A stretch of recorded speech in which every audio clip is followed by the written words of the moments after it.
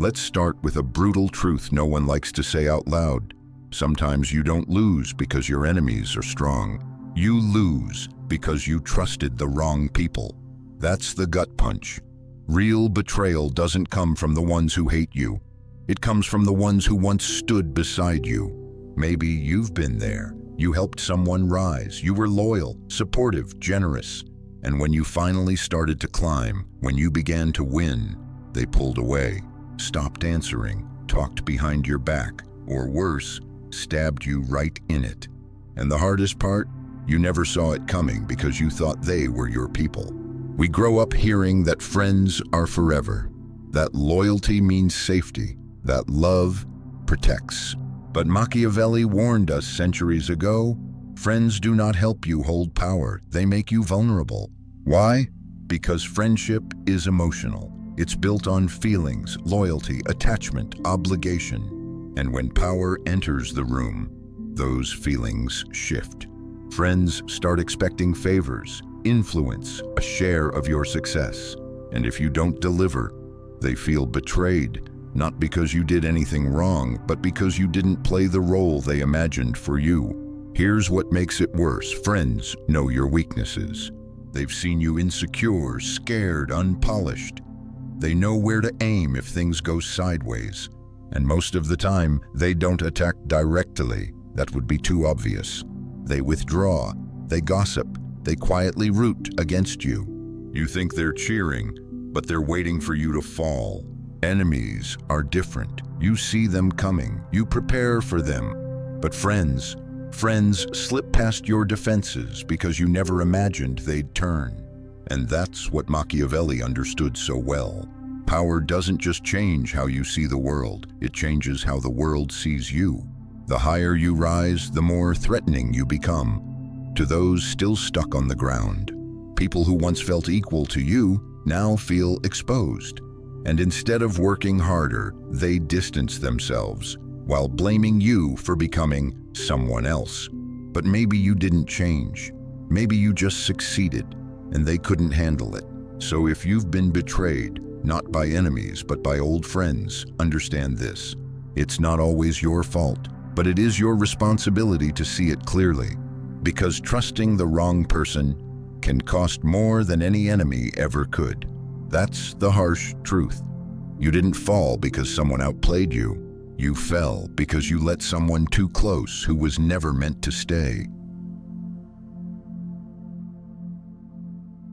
If it shocked you to learn that friends can be your downfall, wait until you hear what Machiavelli said about it. Machiavelli didn't hate friendship. He wasn't cold. He just understood one thing that most people refuse to accept. In the game of power, friendship has limits, and those limits can be deadly if you ignore them. In The Prince, Machiavelli wrote something that still makes people uncomfortable. A newly risen leader will find that friends become a burden, while former enemies often prove more useful. Think about that for a second. Why would an enemy be more useful than a friend? Because friends come into power with expectations. They believe they're entitled to access, rewards, influence, simply because of history. They expect loyalty to be paid back with favors. And if they don't get what they feel they deserve, they won't say it out loud, but they'll feel betrayed. To them, success changes you. And if you don't make space for them at your table, they'll quietly hold it against you. Now contrast that with enemies. Enemies expect nothing.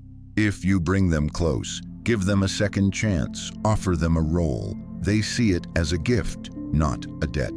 They feel the need to prove themselves, to earn their position, and more importantly, they know you're watching, so they behave. Strange, isn't it? But that's the paradox of power. Enemies fear losing your trust. Friends assume they already have it. That's why Machiavelli said what he said. Not because he thought betrayal was inevitable, but because he saw what happened when leaders let emotions cloud strategy. In politics and in any power structure, favoring friends is often the first mistake. Appointing someone just because they're loyal can backfire. Why? Because loyalty is cheap when there's no real cost. Friends are loyal when things are easy. But when stakes rise, when envy creeps in, when they feel sidelined, loyalty turns into resentment. Machiavelli saw leaders fall not because they were hated, but because they placed weak allies in strong positions. They let sentiment override survival, and that's fatal. A former enemy, on the other hand, has already shown their ambition. You know what they're capable of. They have no illusions, no entitlement. If they cross you again, they know there won't be a third chance. That makes them careful, calculated, strategic. Power is not about who you like. It's about who helps you stay in control. And here's the irony. Sometimes the people who hated you yesterday become your fiercest protectors because they have something to prove. Meanwhile, the ones who loved you yesterday might slowly turn the moment they feel replaced, overlooked, or outgrown. That's Machiavelli's logic. Don't reward history, reward usefulness. Friends may be kind, but former enemies, they're motivated. So if you're building something big, leading, rising, stepping into influence, don't just look at who's smiling at you. Ask, who has something to prove? And who already thinks they're owed? Because at the end of the day, power doesn't care how long you've known someone. It only cares how far they're willing to go to help you keep it. Here's a truth that flips everything you've been taught. Your enemies may be more loyal than your friends. It sounds insane, doesn't it? But Machiavelli understood human nature in ways most people still don't dare admit. And once you look closely, you'll see. An old enemy can be the strongest ally you'll ever have, because their loyalty comes from necessity, not nostalgia. Enemies know your strengths. They've studied you, tested you, challenged you. They know exactly how far you're willing to go and what you're capable of.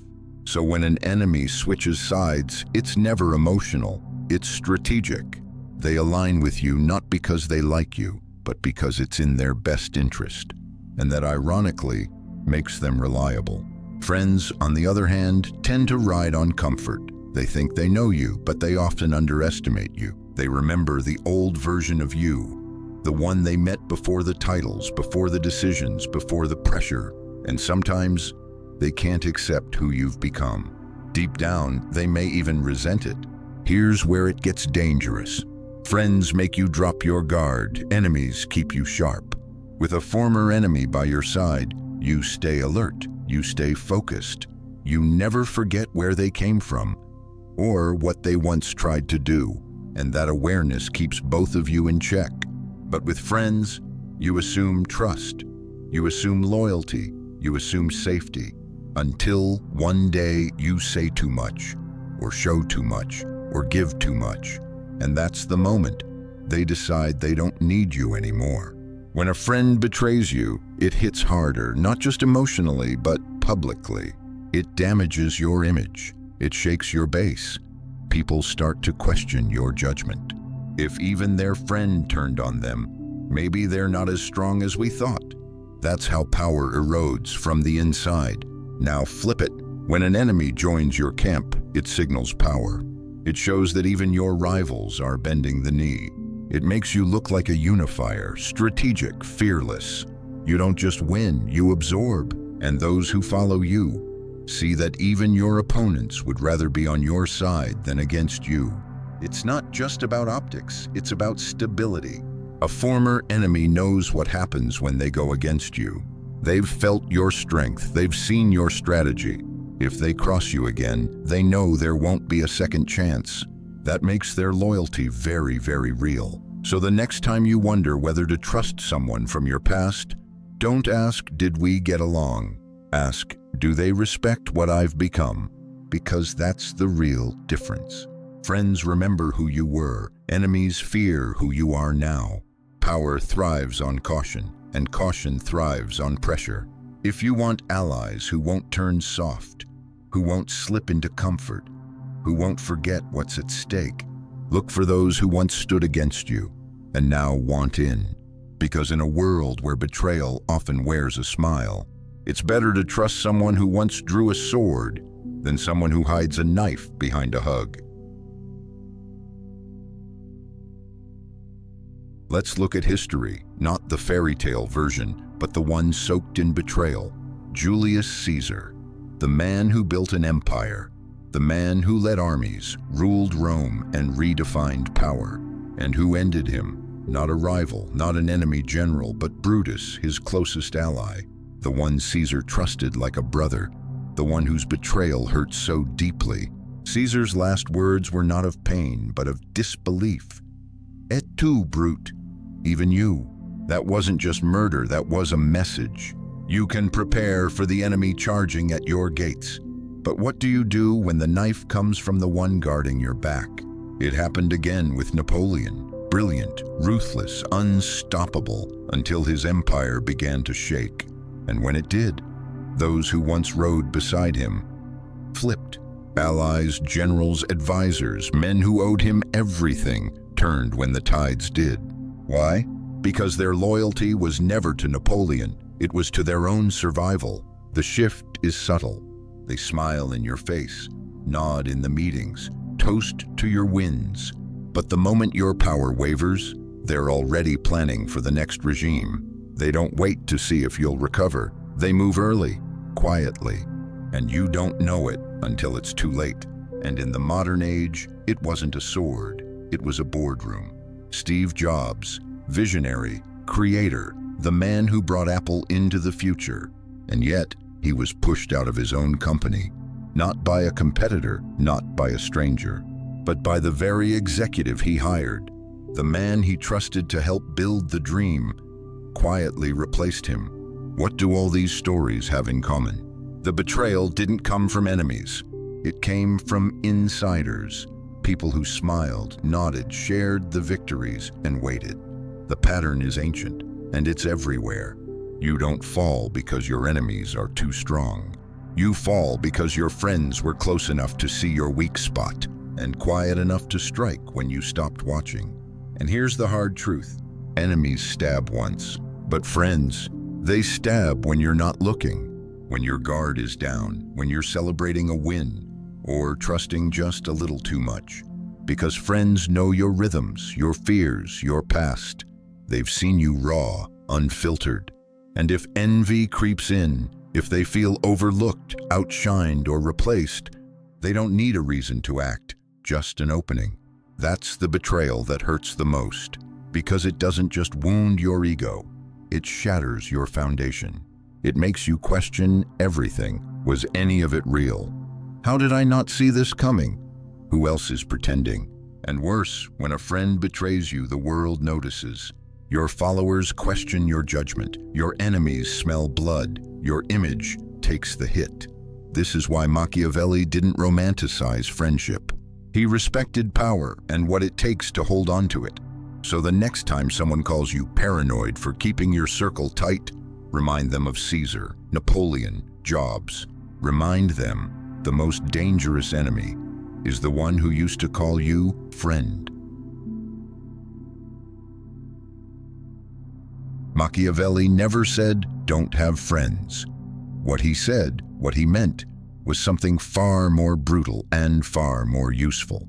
Don't let your friends influence your decisions. That's the line most people can't cross, because it feels cold, it feels wrong, and we're taught to trust our inner circle. We're taught to listen to those closest to us. But in the game of power, that instinct can be fatal, and it often is. Because when you start leading with emotion, when you make choices to keep the peace, to protect feelings, or to avoid uncomfortable truths, you stop playing to win, and you start playing not to lose. And in politics, in business, in leadership, that's how you die. Machiavelli believed that friends could be valuable, but only if they knew their place and stayed within it without confusion. Power demands clarity, and clarity means knowing who truly serves your goals and who quietly expects you to serve theirs. So what do you do when loyalty becomes a liability? You flip the script and you stop confusing comfort with strength. You turn your enemies into assets, and you keep your friends just far enough away to see them clearly.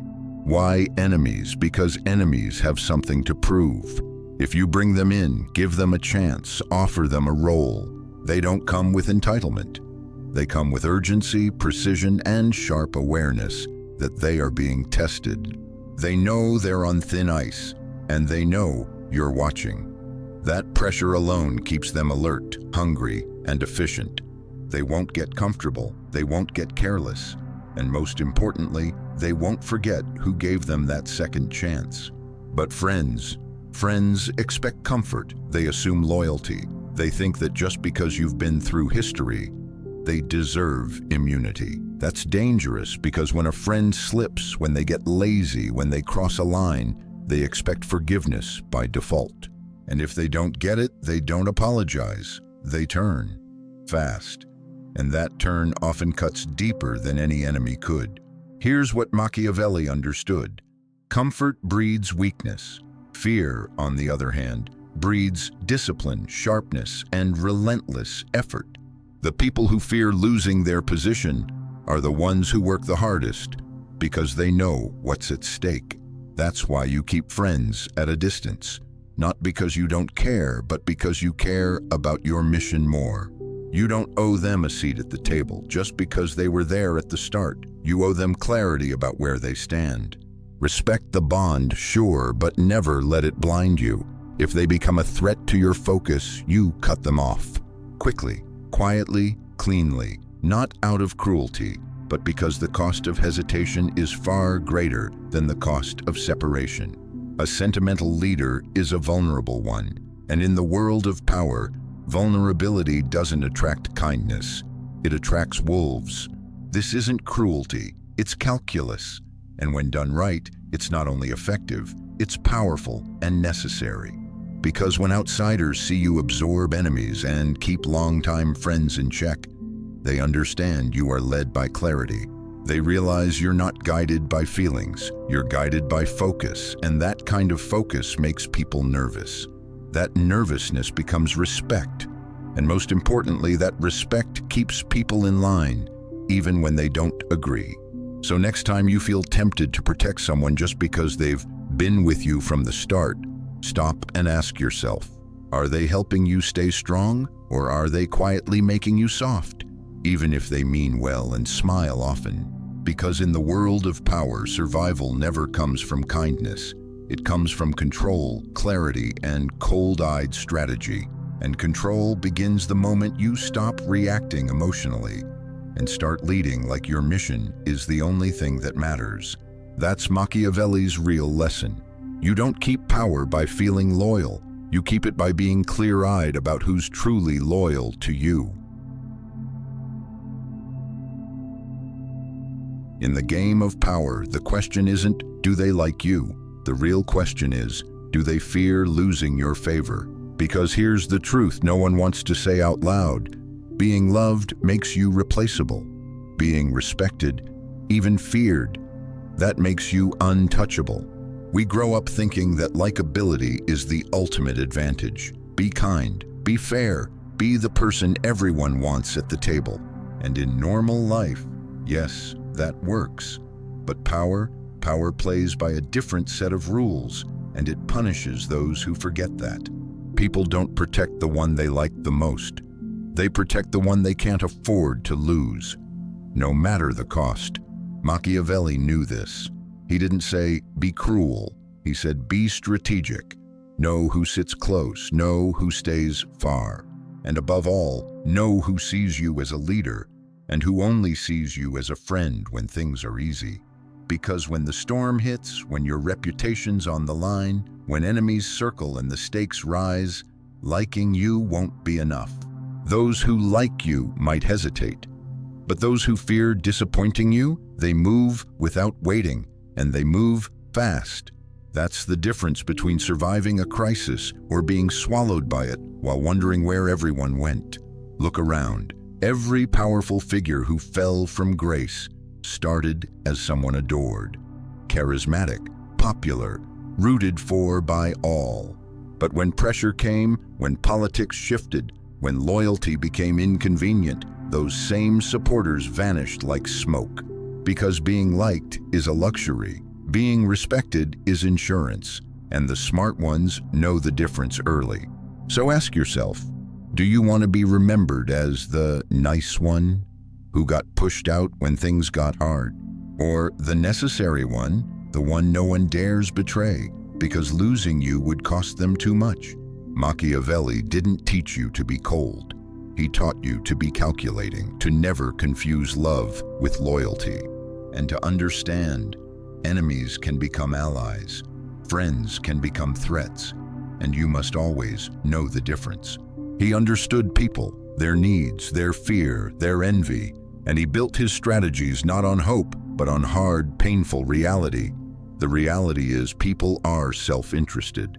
They'll support you when it suits them, and they'll leave the second it doesn't. Unless you give them a reason to stay that's stronger than comfort, stronger than feelings, anchored in necessity. You don't have to be a villain, but you do have to be willing to make hard choices most won't even dare to think about. You do have to be willing to say, I will not lose everything I've built just to make someone else feel safe. Because the world will test you, not once, not twice, but over and over until you either break or sharpen. It will ask, do you want to be loved or do you want to last? That's the only question that really matters. So here's your choice, your Machiavellian fork in the road, soft and liked, or sharp and respected. You can be the good person, the open heart, the one everyone likes and everyone eventually leaves when pressure hits. Or you can be the one who knows when to be soft and when to be steel, the one who controls the board, the one who doesn't just survive the game, but quietly, deliberately masters it while others wonder how. Because in the end, power doesn't care how kind you are. It only cares if you're still standing when the dust clears.